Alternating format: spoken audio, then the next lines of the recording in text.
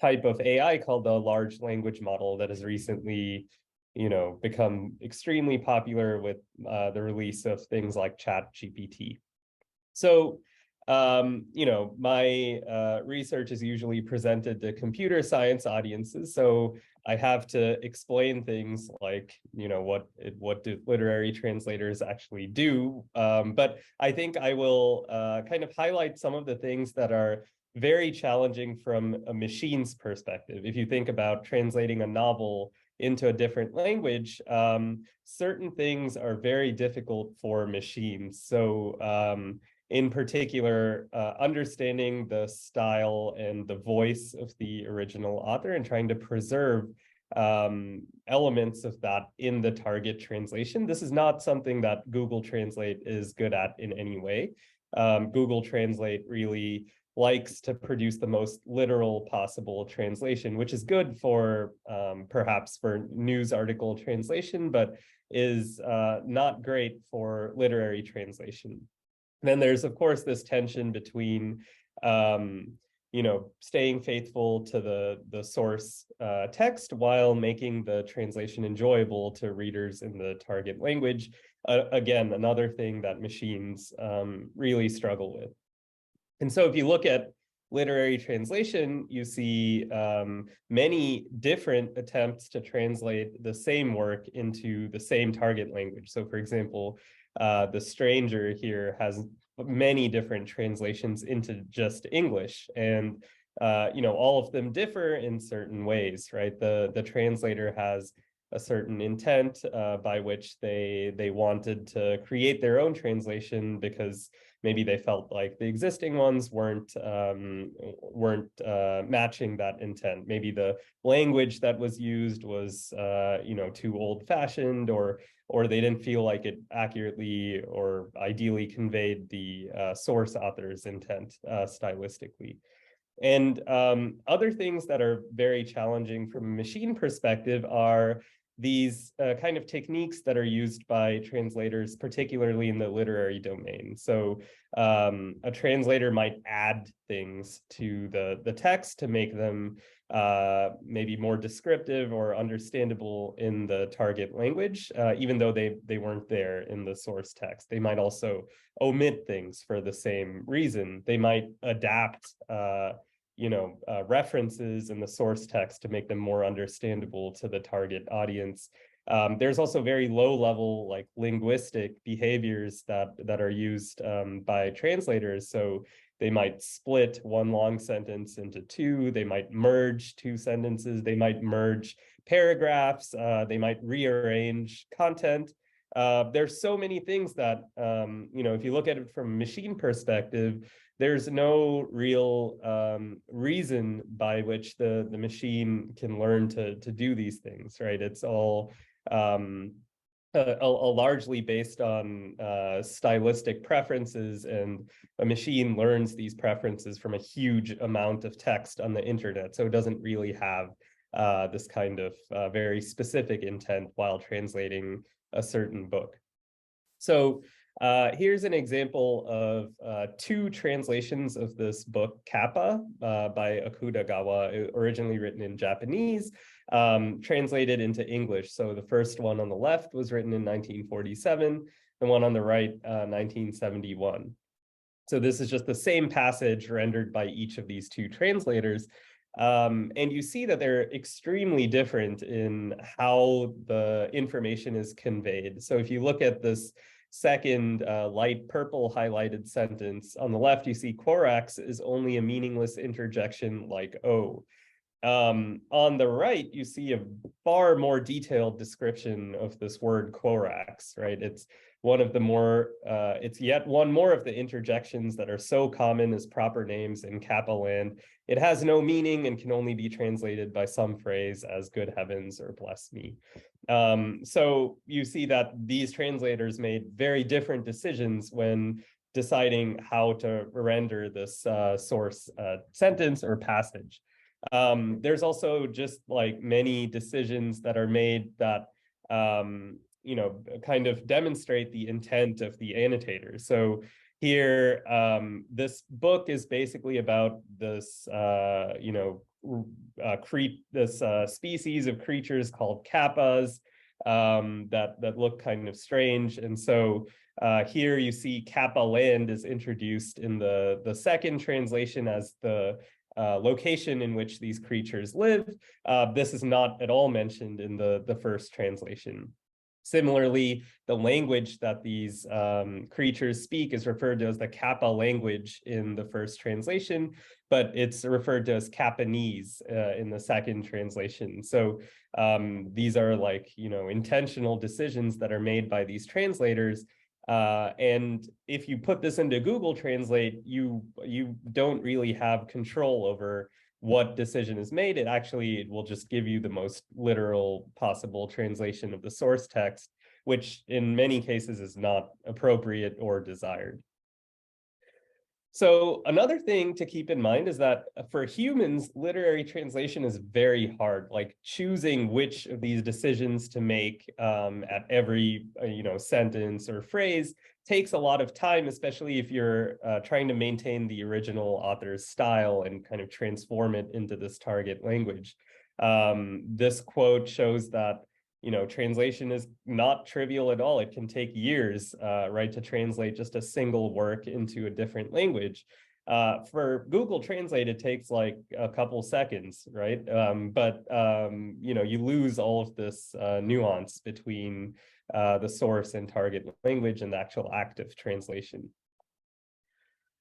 So the research questions of my lab are basically like, how do we take the technologies that are emerging in AI and natural language processing and these advances in machine translation, how can we adapt them to the translation of literary works? And what I want to highlight in this talk is that while these models might be better than you expect for translation, they still make critical errors, and it is still not enjoyable to read translations that are produced by these models. I think there are probably some interesting ways in which humans and machines can collaborate to produce translations perhaps become more efficient at translating text.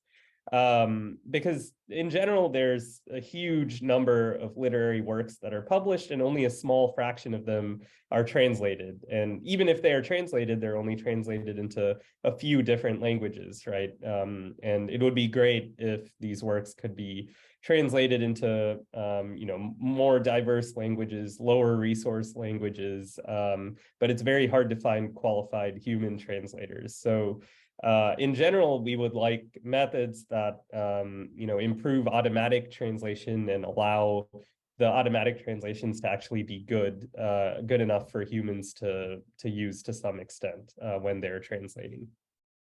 Another research question that might seem a little strange if you're unfamiliar with computer science research and machine translation research is how can we make these language models like ChatGPT leverage information from an entire book when translating? So Google Translate, if you've used it, works at the sentence level. So if you give it like a chapter of a book, it'll split that chapter into individual sentences. It will translate each sentence in isolation and then glue the results together to form a translation of the chapter.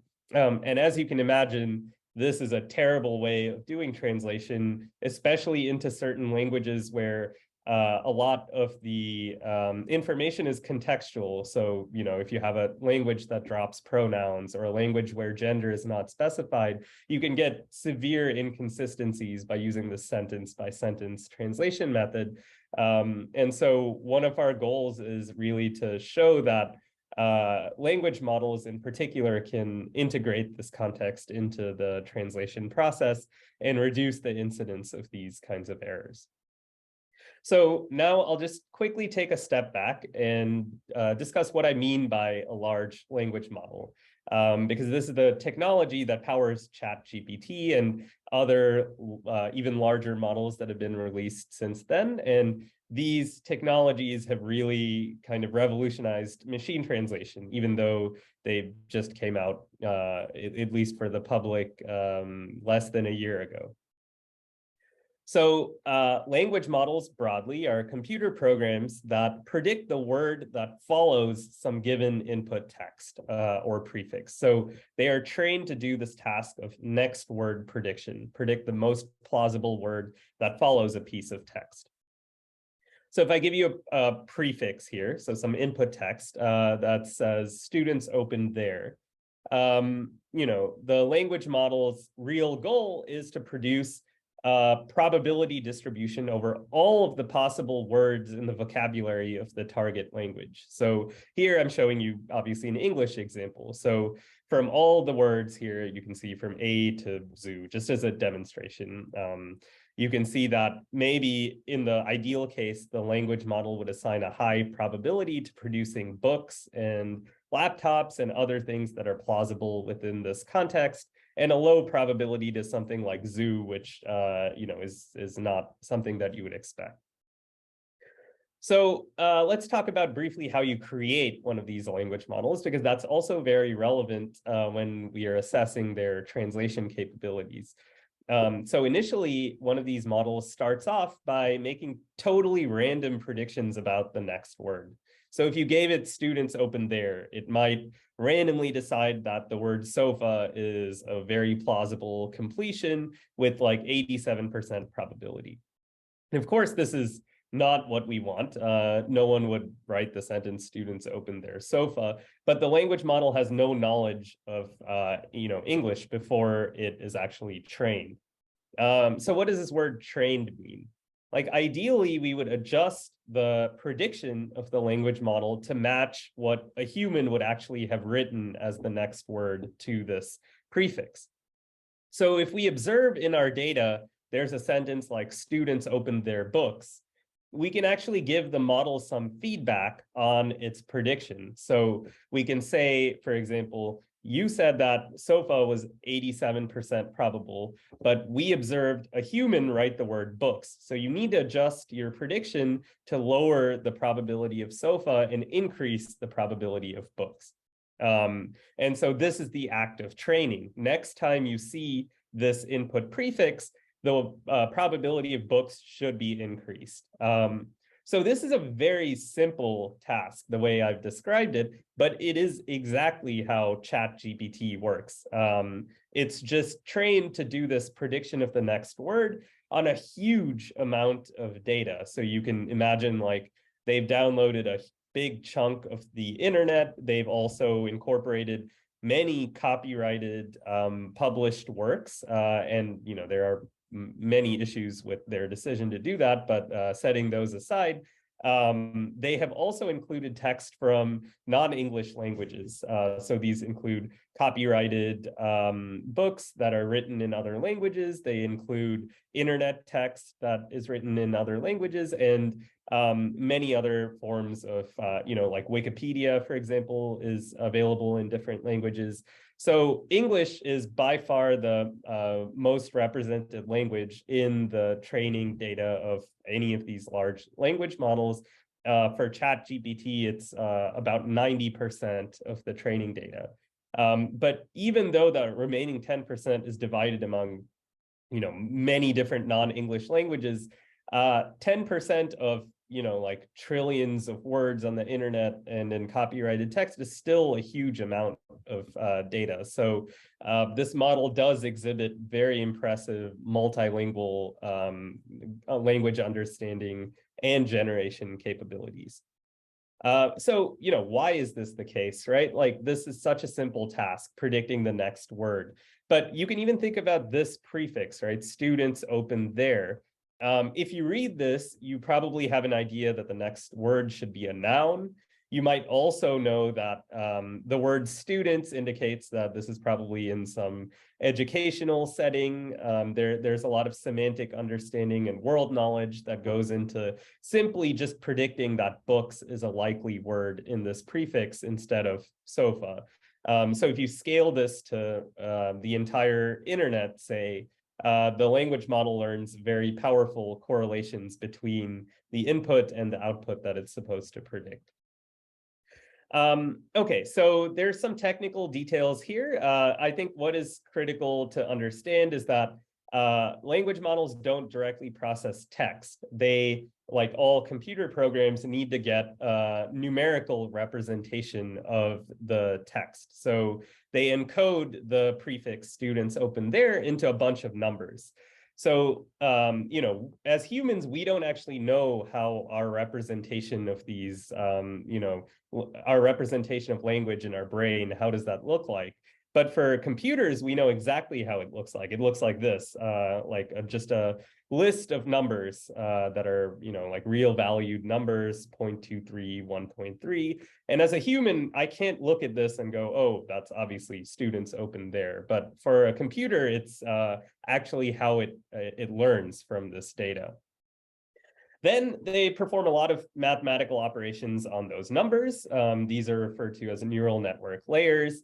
And these mathematical operations are actually trained through the process that I just mentioned. So how do you increase the probability of books? You actually have to change some of the numbers that are involved in these calculations.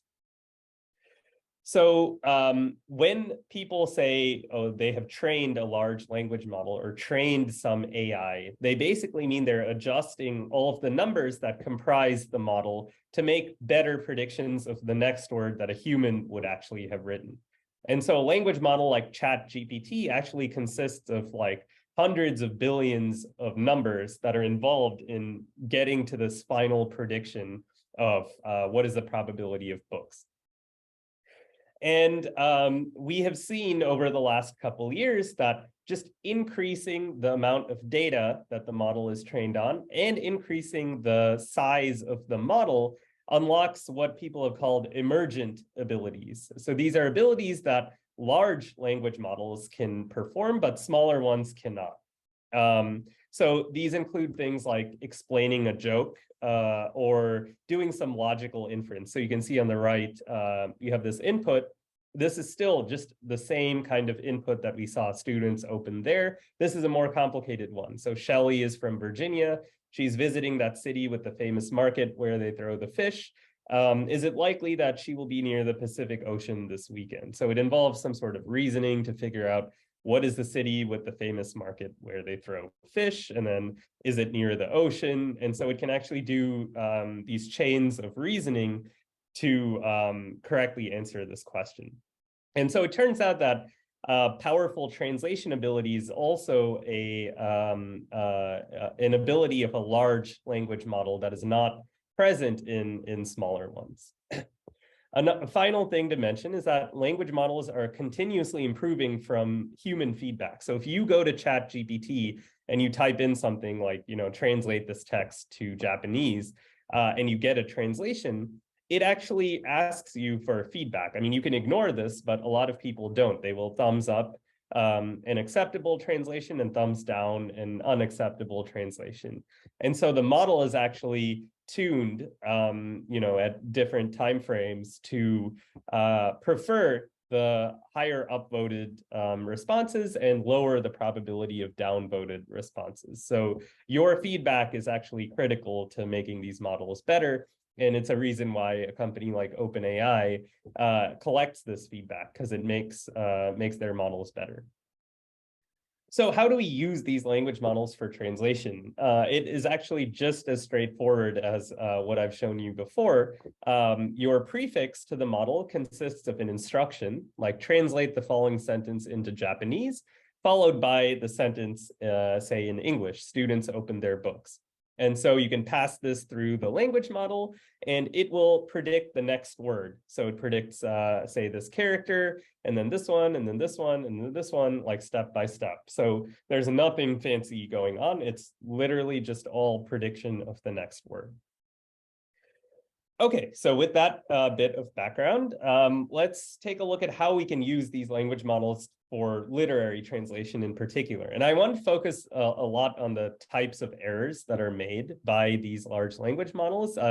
I think linguistically, these are very interesting, and also practically from the perspective of people that actually do translation, I think it could be useful to know where these models fail. And I also would be very curious to hear from actual translators on whether or not systems that make errors like these could actually be useful in any way to your work.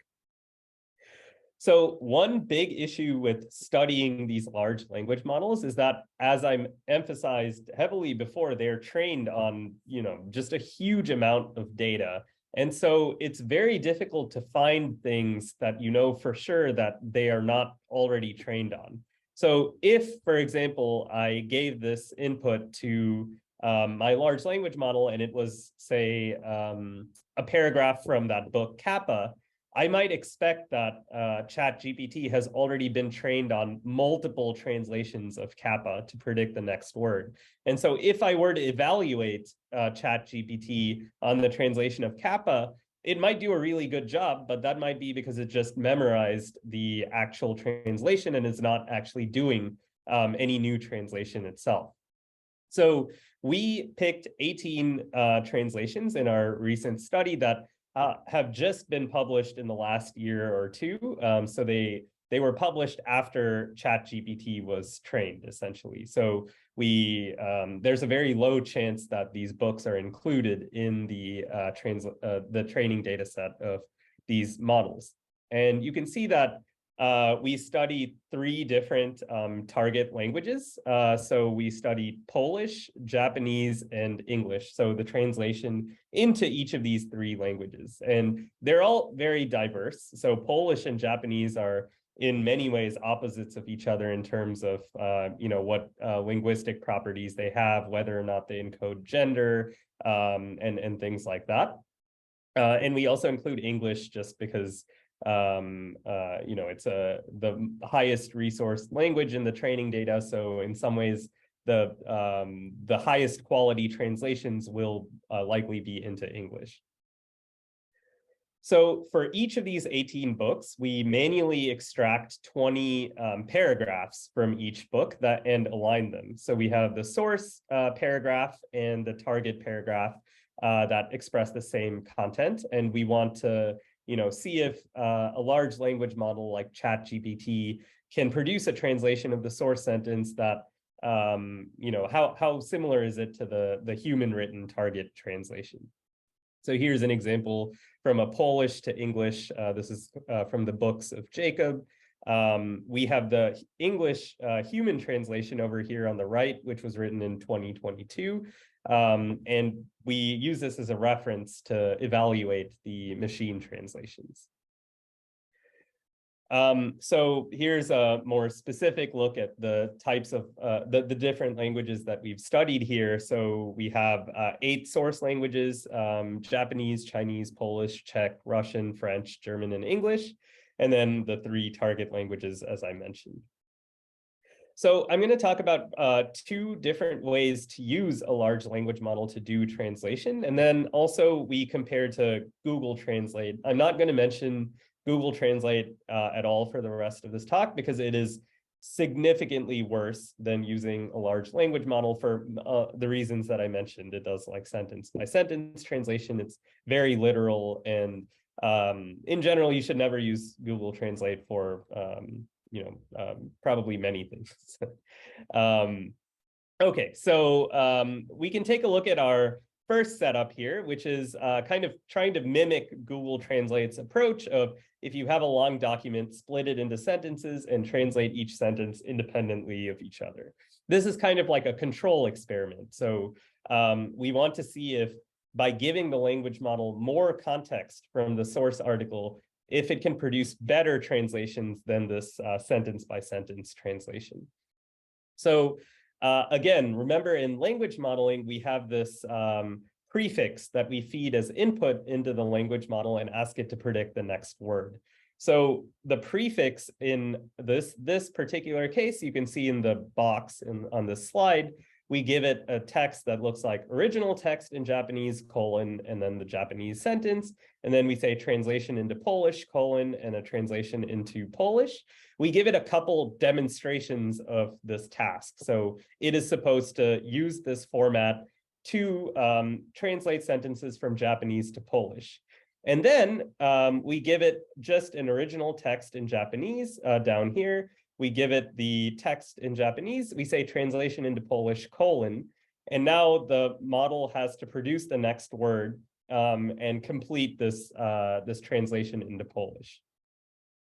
So the other setup we consider is just very similar to this one, except the inputs are not sentences, they're paragraphs from the text. And later on, we've extended this to much longer text. So for example, like pages or chapters even, and observed even better translation quality in these setups. But paragraphs we chose because it is at least feasible to hire human raters to evaluate paragraph level translation. If we did this at the chapter level, it would cost, you know, so much money and time. So we wanted to choose a unit that was at least somewhat manageable for humans to read.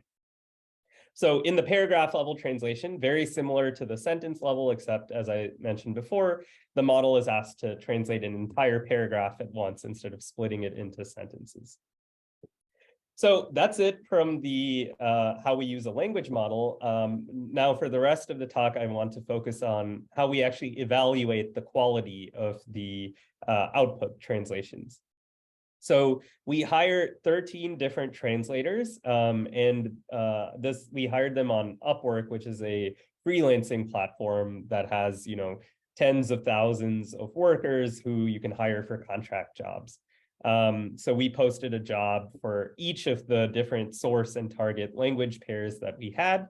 We required that the translators were fluent in both the source and the target language, and that they were a native speaker of the target language. So we actually hired quite a few people who spoke many of the languages that we considered. So we were able to use a single translator for multiple language pairs. So basically their task was as follows. So we give them the source paragraph and we give them two candidate translations. So one of them is produced by the sentence by sentence translation. The other one is produced by the paragraph level translation. So both from the language model. Then we are very interested in what kind of errors are made by the language model in this scenario. So we asked them to first annotate all of the errors that are present in the translations. Then we asked them to select which translation is better overall. So of course, this is highly subjective, but in most of these cases, the translations contain, like one translation might contain a severe error of some sort, which makes it obvious which translation is better. And finally, we asked them to actually write down why they chose one translation over another in a free form comment. So sometimes these comments were extremely long, like 4 or 5 paragraphs, because the decision is very hard to make in many cases. So let's just take a look at an example of this process. So we give them the source paragraph here. This one is in French. We ask them to read this source paragraph. And then we give them two translations, these two candidate translations. And we specifically ask them to annotate 6 different types of errors in the translation. So grammar errors, mistranslations, text that is left untranslated from the source language, inconsistency. So this could be like inconsistency in gender or tense or style, register errors, and formatting errors. So these are more associated with like punctuation marks and things like that. So here you see these 2 spans. So this is translation from French to Polish. These 2 spans were annotated with grammar errors or something like that. We additionally want to ask about omissions and added content. This is a very common behavior of large language models. They tend to hallucinate things that are not present in the input, or they also can omit critical information. As you can imagine, it's very difficult to annotate omission, like using this interface where you highlight spans of text, because there's no span to highlight if you've omitted some critical information. So we basically just ask them, was any critical information omitted or added? As I mentioned at the beginning of this talk, it's very common for human translators to omit and add things as well. So we are specifically looking for like content that is omitted from the source sentence that needs to be present in the target paragraph. Otherwise, the semantics would be warped and you would be missing some critical information. But as you can imagine, this is a very subjective task, like when does an omission or an addition rise to the level of something that needs to be categorized as an error rather than as a translator decision. And then we ask which translation is better. We ask, why is it better? And finally, we ask, was it significantly better? Because a lot of the time, they both have a lot of errors, or they're both really good. And it's just up to your subjective preference, which one you like more. So we ask them, like, are they confident in their decision or are they unsure?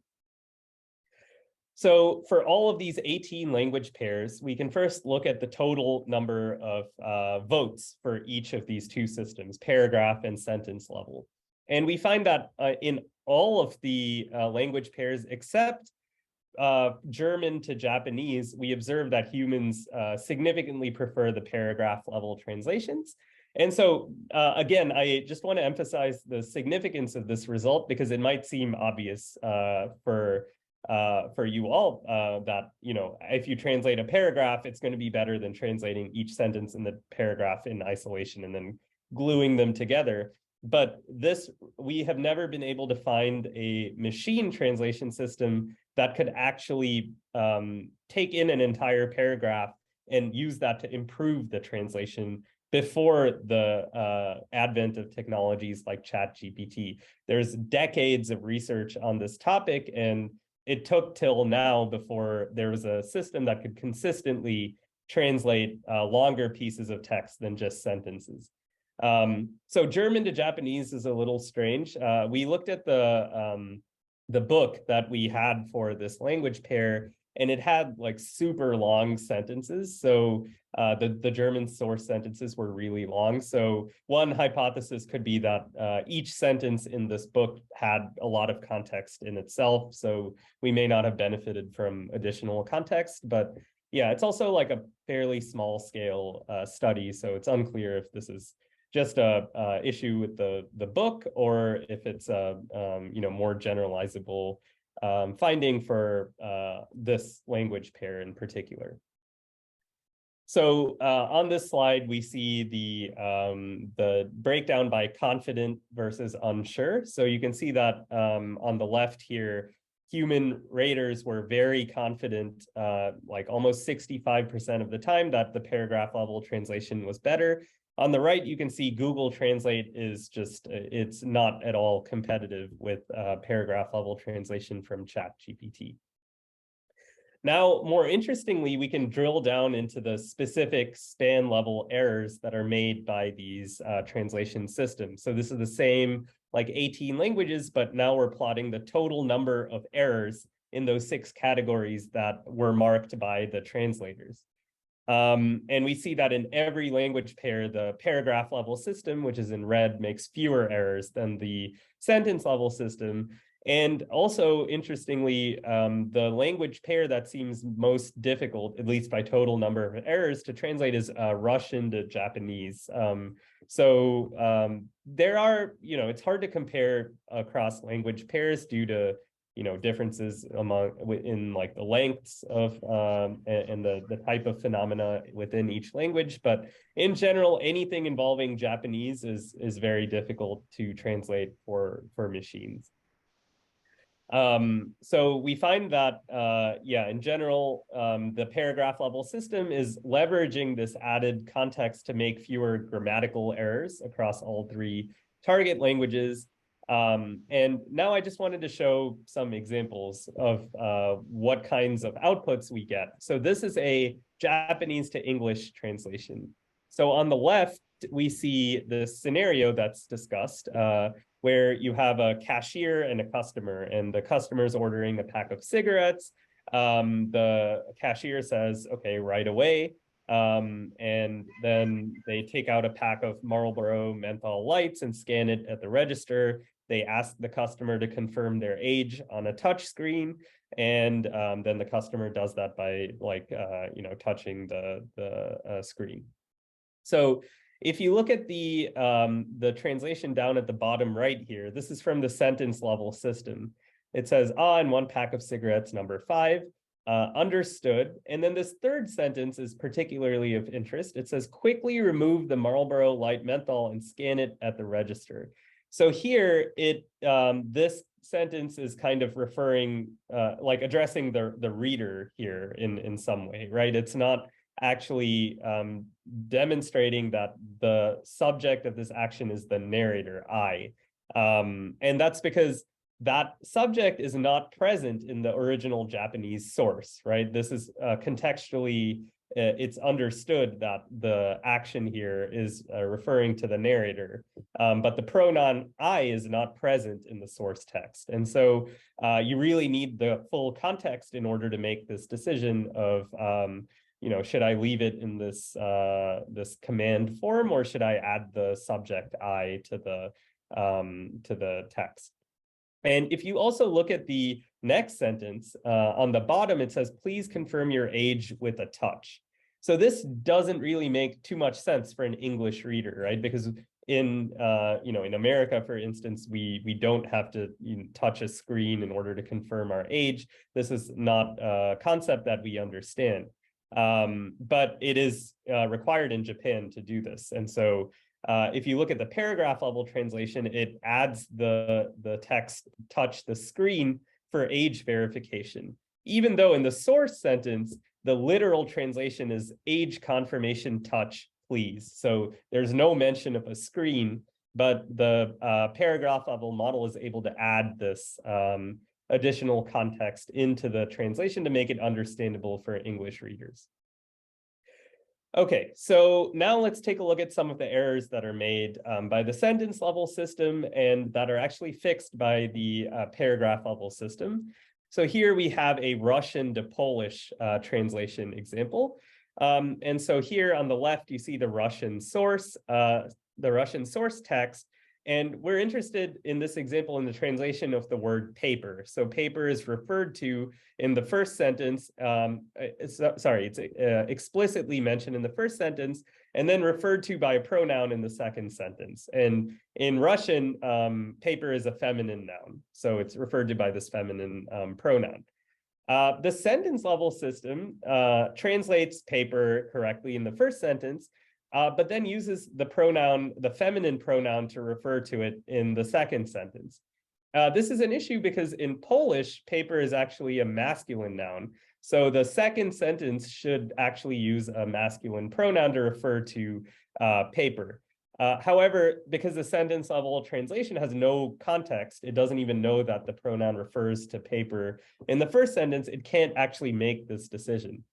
So again, this might seem obvious to you, like this is obviously we should take the context into account. But if you put this into Google Translate, you will see the same behavior. Like it does not have this ability to refer to information beyond a single sentence. And the paragraph level language model is actually able to make this change.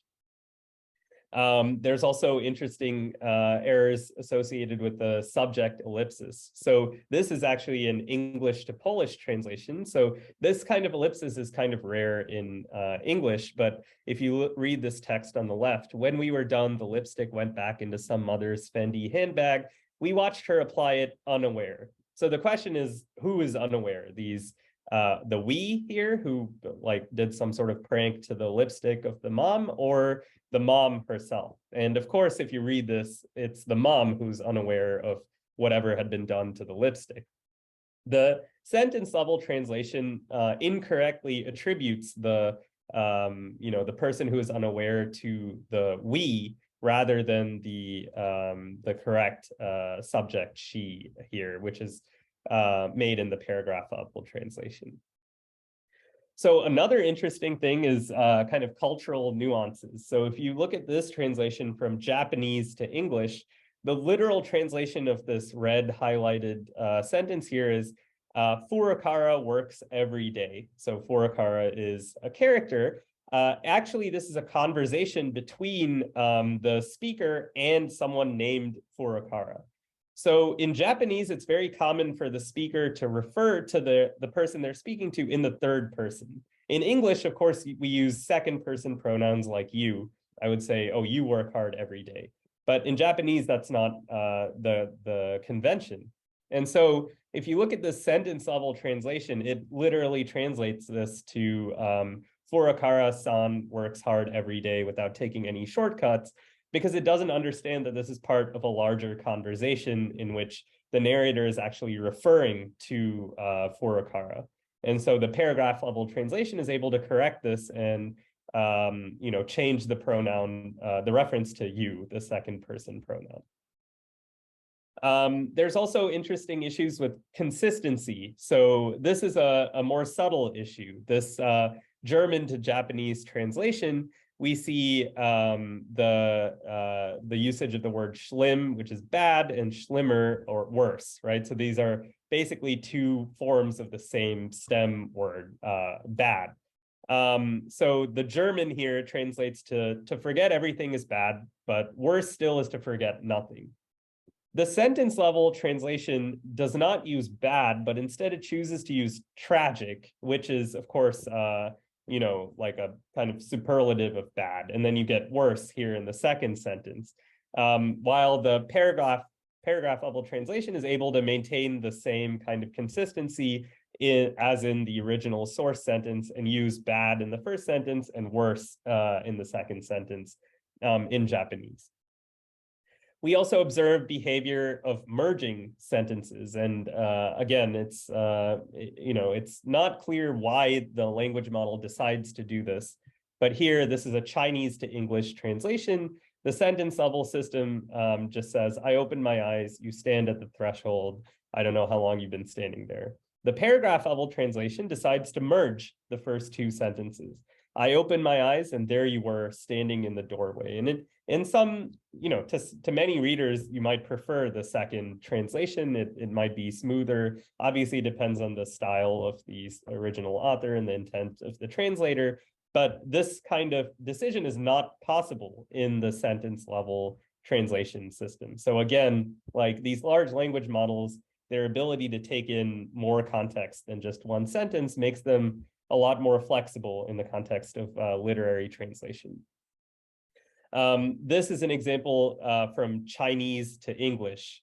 So we're interested in the last phrase here, which basically is this question, and she never married. And the thing that we're focused on is the translation of the next word, which in the human translation is no.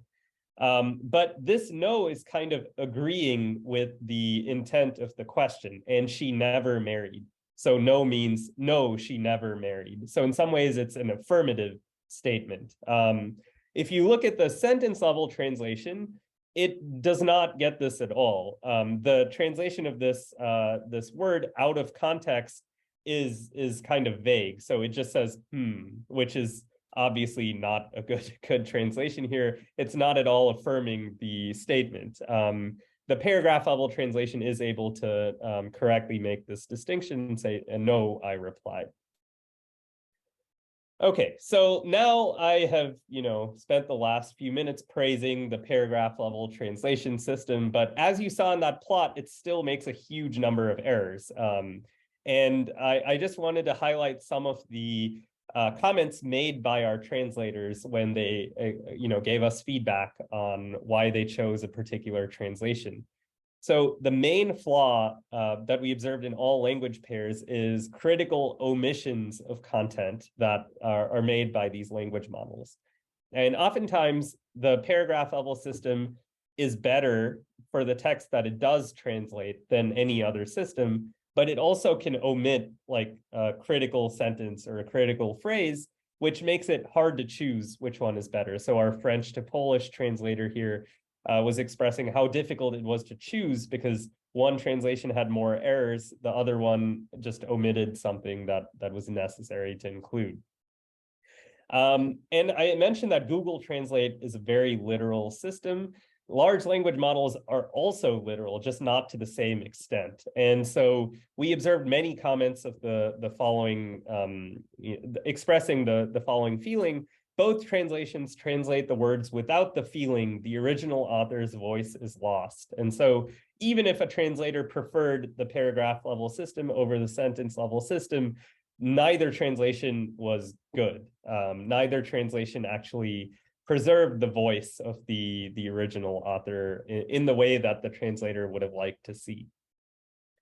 So here are some examples of omissions and mistranslations. So this is a Chinese to English translation here. The human translator, the human translation into English says, earlier on, you said everyone has a moment when their fate is activated, and after that, they're being led around by a rope. For me, that probably happened when I turned 8. So now you look at the translation by a large language model. You just said that everyone has a time of departure and life suddenly seems to be harnessed. So of course, this is kind of like a awkward phrasing. It's not clear what this means. And then even worse, the next sentence, I must have been 8 years old. There's no transition, as you see in the human translation. For me, that probably happened when I turned 8. Here, the model just says, I must have been 8 years old without any reference to what happened when you were 8 years old. So this is a very awkward, jilted translation that all includes omissions of like transitions as well as mistranslations of the content. So I wanted to just kind of close this part by giving an example of a truly horrible translation, because we do see a lot of this. So this is a translation, I think, of Japanese to Polish. You can see how many different errors the annotator, our translator, marked here. So most of them are mistranslations. We see some untranslated text. Oh, I guess this is not Japanese. I forget what the source language is. And some grammar errors as well. So the comment from the translator was, this is a nightmare, this mistake upon mistake, literal translations, grammatical errors, lack of context.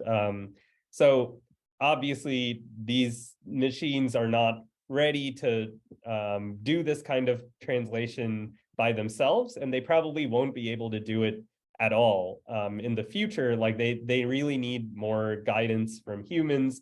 Probably they can be used to suggest different kinds of translations and help humans, pick or even see different phrasings of a particular phrase or even paragraph. But they can't be relied on by themselves to just translate a book error-free, retaining the original voice and intent of the source author, making it enjoyable to a target reader. All these things are just far too challenging currently for these kinds of models.